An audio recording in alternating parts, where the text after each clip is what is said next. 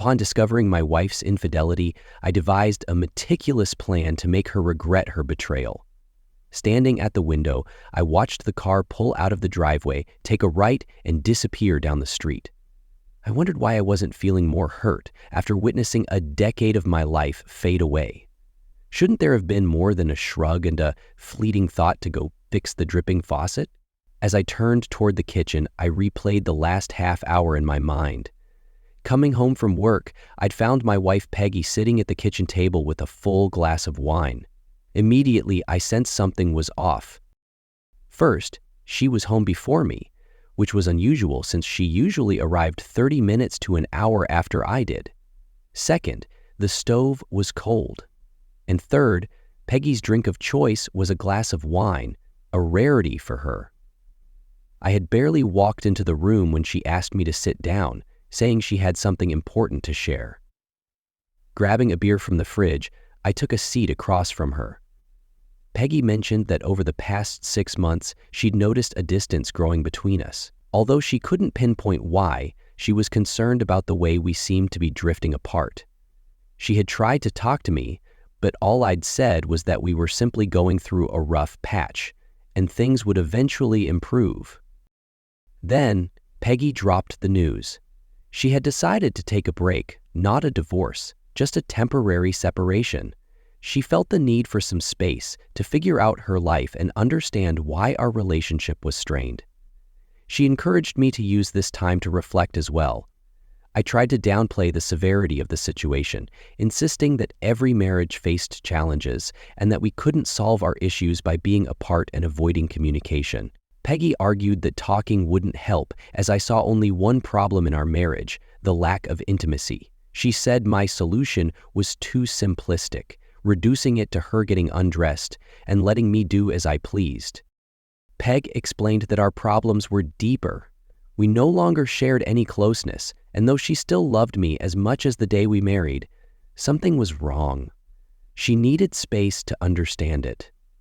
She assured me she didn't want to end our 10-year marriage, but believed a break might help. She had already packed her things and planned to stay with her sister until she found a place of her own, promising to call weekly to stay in touch. As she left, she mentioned her commitment to our friend Mary and departed without a goodbye kiss, her actions revealing the seriousness of our situation. It didn't take long for the news to spread that Peggy and I had split. Most of our friends offered sympathy and tried to lift my spirits. Each week, Peggy would call, asking how I was, to which I'd respond, "I'm fine."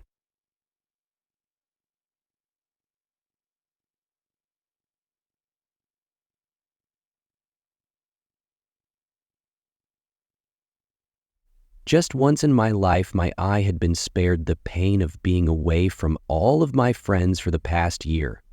It didn't take long for the news to spread that Peggy had a boyfriend. I didn't want to believe it. I wanted to trust her words that she just needed time alone to sort things out and would eventually come home. But with rumors swirling, I decided to look into them myself. I planned to find out where Peggy was staying, do some investigating, and put an end to the speculation. However, no one seemed to know or was willing to share where she was staying, which only added to my suspicions. During dinner with my friend Tom and his wife Tanya, I shared my concerns and accidentally mentioned my plan to hire a private investigator to locate Peggy and verify the rumors. I noticed Tom exchanging a glance with Tanya, who gave a subtle nod. Tom then suggested I save my money, confirming the rumors but withholding further details. When I pressed him about Peggy leaving me for someone named Adam White, Tom explained that Adam worked with her and that she had indeed left me for him. Puzzled, I asked why she didn't just pursue a divorce instead of a separation. Tom speculated that Peggy had been planning this meticulously, dating Adam for almost a year and likely keeping backup plans. He suggested that Peggy had arranged the separation to have the option of returning if things didn't work out with Adam. Frustrated by the lack of information from friends who were supposed to support me, I stood, threw my napkin on the table, and left, declaring that I'd figure things out on my own. On the way home, I mulled over everything I'd just learned. Peggy had refused to be close to me for over a year while secretly seeing Adam, and she pretended everything was fine. Meanwhile, I'd been at home, playing the loyal spouse, waiting for the bitter truth to emerge. All my friends had known, yet they allowed me to sit and wait. The waiting was over. The next morning, I made an appointment with Corna's detective agency, paying in advance and instructing them to gather any possible information on Peggy and her boyfriend from her workplace. Returning home, I drafted a list of steps to formally end things with Peggy. I decided to await the detective's report and be fully prepared once I had all the details. After finishing my list, I leaned back in my chair, contemplating one more matter.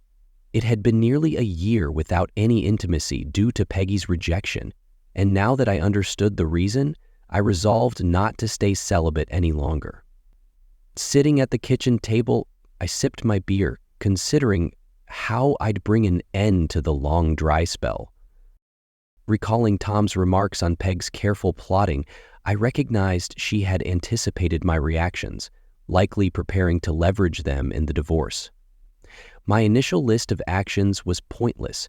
She'd expect everything on it, so I created a fresh list with immediate steps to gain the upper hand. The following morning, I headed to the bank to deposit my check, taking a moment to inspect the safe deposit box that Peg and I shared. According to the records, Peg was checking it weekly, staying alert for any sign I was onto her. I waited a moment, then removed our 5 certificates of deposit, slipped them from their plastic sleeves, and went upstairs to use the bank's copier, making duplicates of each one. I then replaced the copies in the envelopes and put them back in the box. Unless Peg physically removed and examined each certificate, she'd never detect the switch.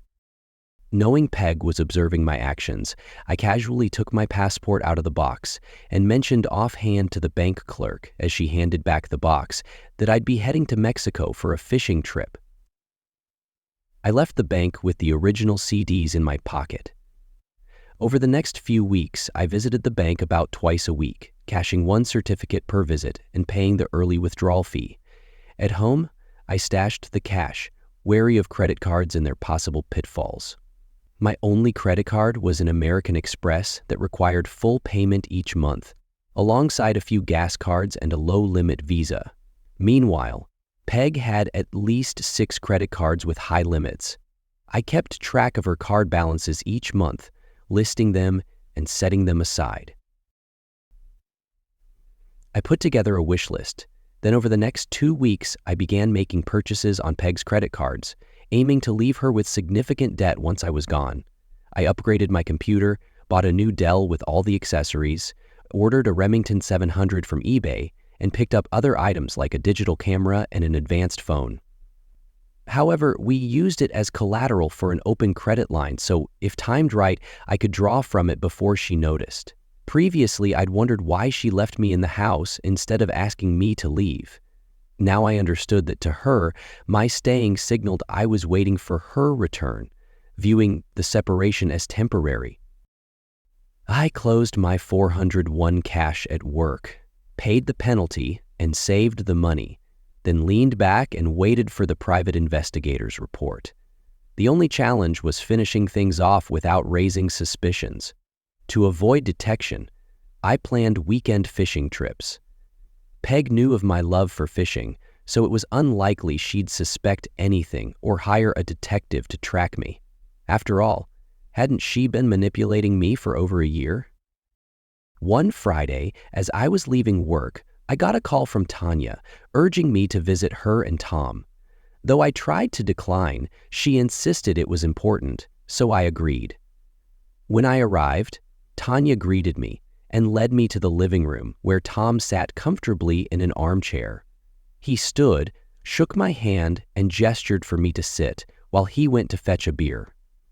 Tom then informed me that Tanya needed to talk to me, assuring me that he fully supported what she was about to say.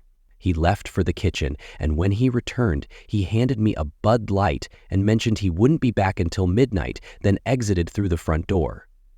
With the doors closing as her cue, Tanya began to speak. She explained she was sorry for any pain caused by my overhearing their earlier conversation. She clarified that she and Tom genuinely liked me and hadn't intended to hurt me. Complicating things, Tanya admitted she was also friends with Peg, and that, hoping Peg would return, they had stayed quiet, believing that if we reunited, forgiveness and forgetting would be possible. Tanya apologized, adding that this was only part of the reason they'd invited me over. Knowing me well, Tanya said they didn't think I'd ever cheat on my wife, liking it to my disdain for robbing a bank. Then, catching me off guard, she asked how long it had been since I'd last been intimate. I noticed her attire for the first time, a low-cut blouse showing ample cleavage, a short skirt and high heels that highlighted her legs. Despite our friendship, I couldn't help but feel a physical reaction.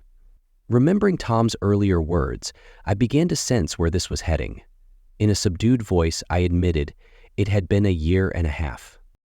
Tanya leaned closer, expressing in a husky tone that she wanted to change that.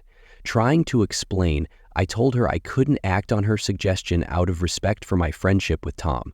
But as I started to stand, she gripped my arm and pulled me back down. Tanya reassured me that Tom was fully aware of her intentions and had left to give us privacy. She clarified that this wasn't about pity. It was something they had discussed for months. Tanya then revealed that Tom was infertile and they wanted a child, hoping I'd help them while they supported me. Stunned, I sat in silence, trying to process her proposal.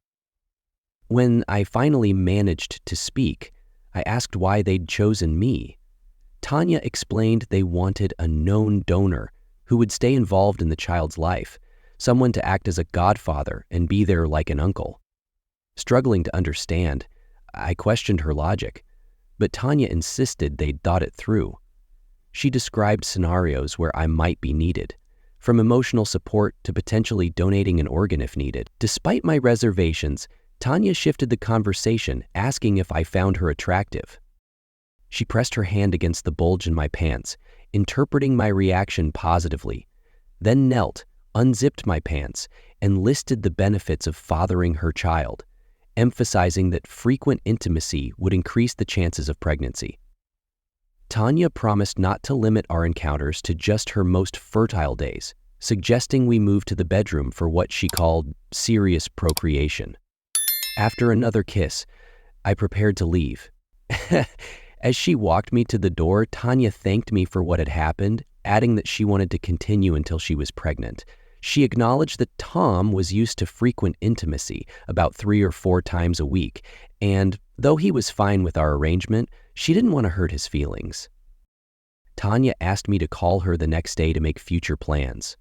Driving home, I reflected on what had just occurred, and as I pulled into the driveway, it struck me that if Peg was watching me, she might notice my visits to Tom and Tanya's house, possibly observing that Tom had left and I'd stayed behind for a few hours longer. The following morning, I gave Tanya a call to discuss my thoughts, but she reassured me, saying Tom hadn't actually left. He had just gone down to his basement workshop and stayed there until I left. This made me think. Having a private moment with Tanya while Tom was absent felt one way, but could I continue if I knew he was nearby? Tanya seemed to read my mind, saying, "Don't worry, Rob, everything will be fine, I promise."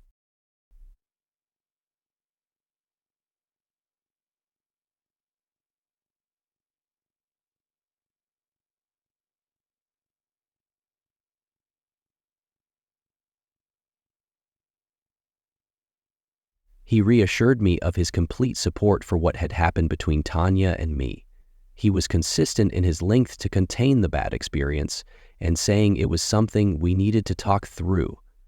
He reassured me of his complete support for what had happened between Tanya and me. Tom then revealed more, admitting he was unable to be intimate with Tanya due to impotence, a struggle he'd faced for over 1 year. He explained that Tanya's passionate behavior the night before was her way of dealing with his limitations, and her efforts to spare his feelings were part of why she hadn't told him sooner. Tom contrasted Tanya's sensitivity to his feelings with Peg's self-centeredness, pointing out how Tanya put his needs first even in difficult times.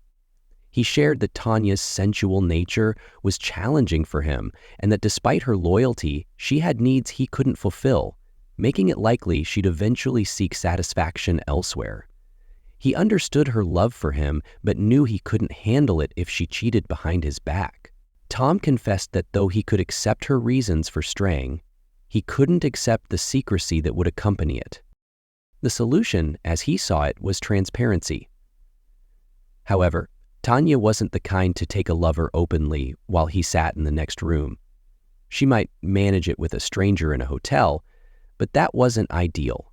They needed someone reliable, someone they both trusted and felt close to. After considering several people, they kept returning to me. They worried that if they involved me and Peg came back, it would end and they'd be back to square one.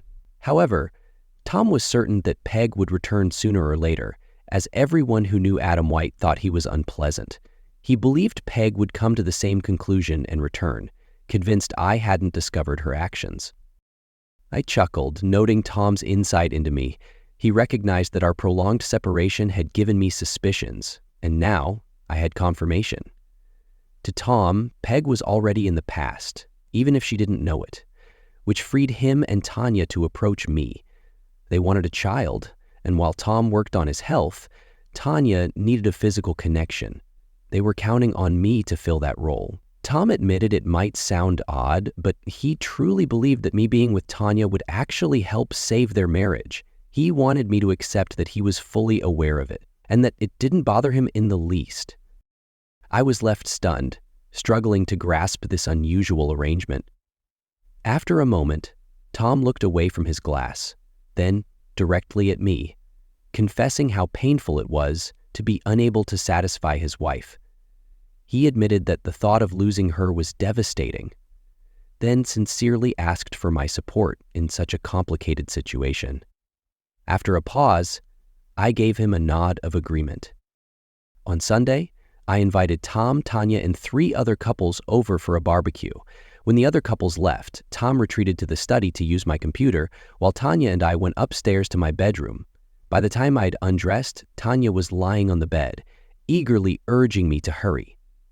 After an hour, Tanya looked at me, commenting how Peg had somehow escaped facing consequences for her actions, calling it unbelievable, and suggesting that Peg must be either deluded or foolish. I sensed Tom's understanding of Tanya's needs, and before we parted, Tanya reluctantly pulled away a 3rd time. I walked Tanya and Tom to their car, where Tom shook my hand and Tanya gave me a quick kiss on the cheek. We all agreed the day had been a success and discussed the possibility of meeting again soon. To an outsider, our conversation would have sounded like we were simply talking about a barbecue. On Monday afternoon, I met with John Abbott from Corliss Detective Agency. Handing me the report, he said, "Every time I do one of these, I hope it's a misunderstanding and that nothing is actually going on. But there's no doubt here." He informed me that the fee would also cover his appearance in court if it came to that. I shook his hand, left the office, and on the way home, felt surprisingly less anger than I'd expected. I had already come to terms with the reality, and by the time I received the report, I had a clear plan. What would I do about the situation? Nothing beyond what I'd already set in motion. My next move was to secure the line of credit in a way that Peg wouldn't notice until it was too late. I'd meet with a lawyer, prepare the paperwork, and wait until I was ready to proceed. For the next 5 weeks, I continued seeing Tom and Tanya, meeting 3 or 4 times a week at either their place or mine. They even started a rumor that I was going through a tough time and that they were helping lift my spirits. Peg still called every week, but I'd stopped asking how she was doing or when she'd come home. Eventually, I'd had enough. I wrote checks on the line of credit, and once the funds ran out, I found an apartment, moved out, and served Peg with divorce papers. Instead of claiming infidelity, I listed irreconcilable differences so Peg wouldn't realize I knew about Adam White. She'd probably see it as me encouraging her to decide. She might call, saying I was overreacting, and then propose meeting to talk things over. I'd agree. Listen, and tell her I'd think about it.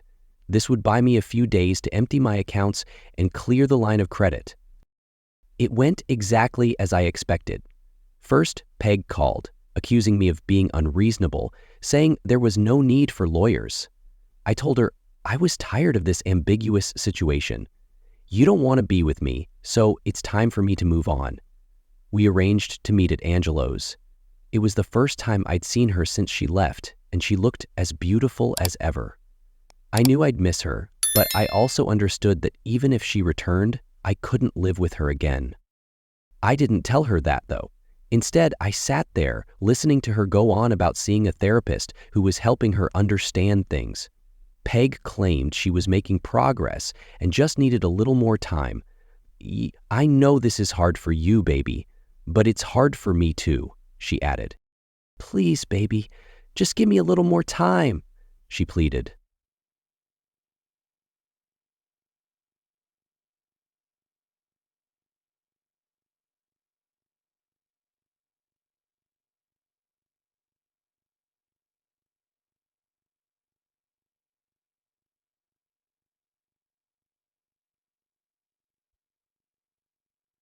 Later, Peg called me at work and preferred reasons she hadn't yet realized. Settled most babies in rapidly progressing events. Clinic papers were given, wishes, and read it. I smiled, knowing I wouldn't regret it, for reasons she hadn't yet realized. Somehow, it actually felt good. Soon, she would. That night, I had dinner with Tom and Tanya. After we ate, Tanya and I went to her bedroom. She spread a blanket and expressed her desire to make love instead of just having closeness. She told me that a home pregnancy test on Tuesday, along with a doctor's confirmation that afternoon, had confirmed she was pregnant. I was going to be a father. Although our time together that night was brief, it was slow and enjoyable. Afterward, I informed Tanya that I might not see her again for a while because I planned to settle things with Peg and White that week, which could require me to leave town temporarily. Tanya, concerned, urged me not to do anything drastic, reminding me that our child would need his father around. She guessed that my decision might be influenced by Tom's situation and asked me to think differently. Even though she had gotten what she wanted, she reassured me that she still needed me in her life. The following day, Adam White, a member of the Fraternal Order of Eagles, attended a meeting and left feeling optimistic after discussing potential opportunities for advancement with influential members. Still in a good mood, he parked his car, locked the door, turned around, and was hit with a flash of blinding pain as everything went black. A neighbor found him and called for paramedics, who arrived and rushed him to the hospital. Doctors discovered that both his arms and legs were broken, and his genitals had been damaged so severely that both testicles had to be removed. When he awoke in the hospital, he found himself immobilized, with casts on his limbs and in traction. He saw Peg standing by his bed with a horrified expression before he lost consciousness again. Although I wasn't there, I received a detailed account of the events. A man had entered White's hospital room, approached Peg as she stood beside the bed, and looked at White before asking if she was Margaret Olson. When she confirmed, he handed her a set of legal documents, informing her she'd been served. She opened the envelope to find a divorce notice citing infidelity. As she read the word infidelity and looked at White's broken body in the bed, her face turned pale, and she whispered, "Oh my God," before sinking into a chair and breaking down in tears. The police questioned my whereabouts that night and discovered I had been playing poker an hour before the Eagles meeting began and an hour after White entered the hospital. Peg, unaware, provided my alibi.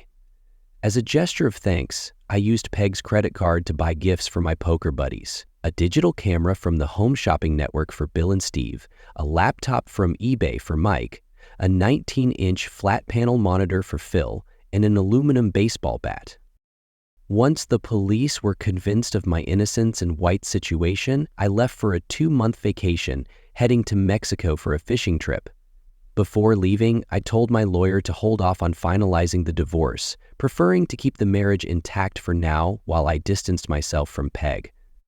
During weekly calls with Tom and Tanya, I learned that Peg had returned home.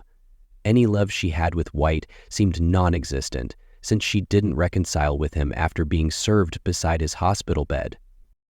With credit card bills arriving, Peg soon discovered our savings and checking accounts were empty. The line of credit was maxed out, and the CDs in the safe deposit box were fakes. Desperate to find me, she contacted my boss, who told her I had abruptly left without notice. When she attempted to schedule a meeting with my attorney, she learned I had severed ties with him, paid his fees, and he no longer represented me. With no other options, Peg declared bankruptcy 4 months after I left, lost her house, and traded her Lexus for a used Geo. After returning from Mexico, I rented an apartment across town and avoided areas where she might see me.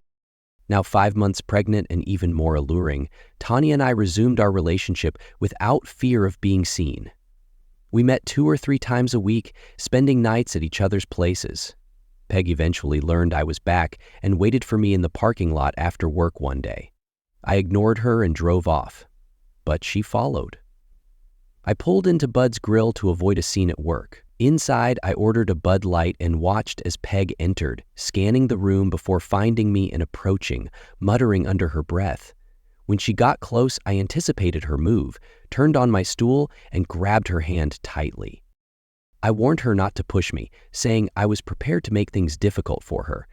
Releasing her wrist, I told her I wasn't running away, but was simply moving slowly and carefully, allowing her to keep up. I added that discussing her actions in my workplace parking lot was inappropriate, since everyone already knew what she had done. Peg insisted she didn't want to talk. She wanted her money back. Feigning confusion, I questioned what money she meant, pointing out she owed me for the house and that half of everything was rightfully mine.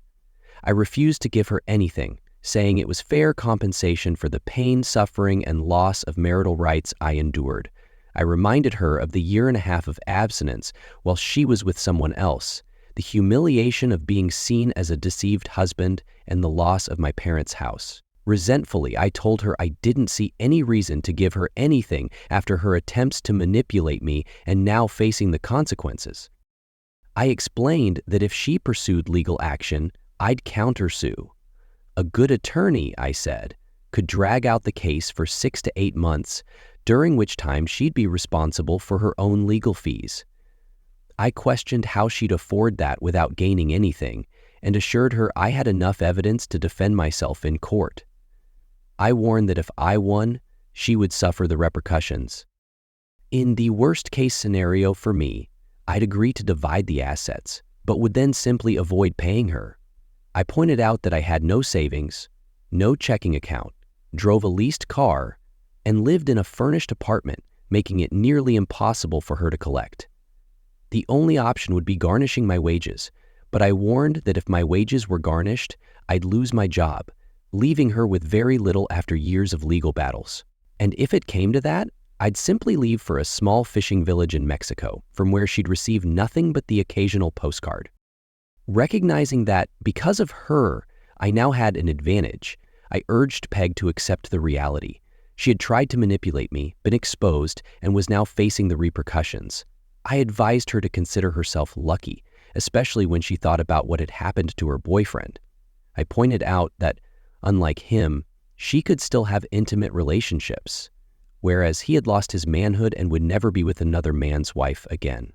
When Peg accused me of being involved in Adam's misfortune, I reminded her of the difference between suspicion and actual proof.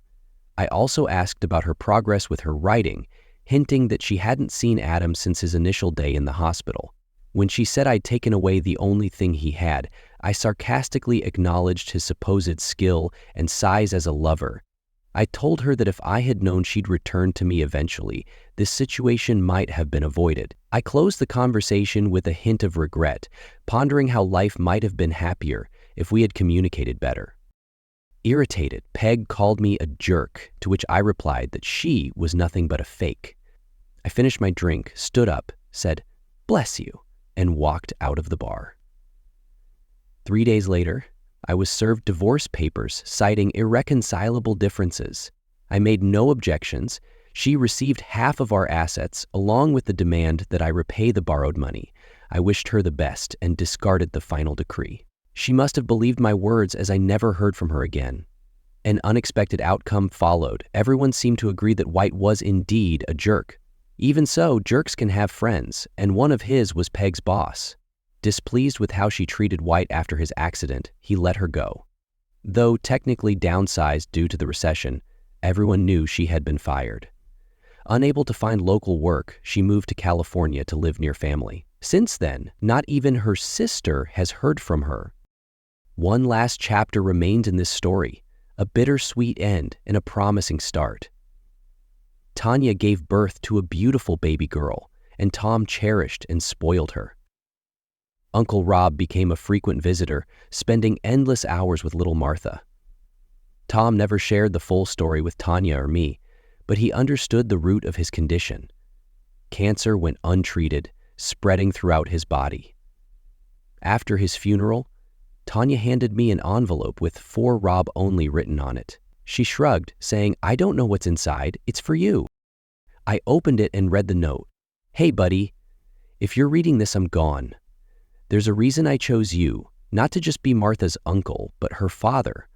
I knew I wouldn't be around to raise her, and I needed someone I trusted to watch over my family. I knew you'd be there for them. Don't let me down, brother. Take care of our girls." I handed the letter to Tanya, who read it and began to cry. I held her close, offering comfort. She asked what I intended to do, and I told her I'd do exactly what Tom asked: take care of my girls. 6 months later, Tanya and I were married.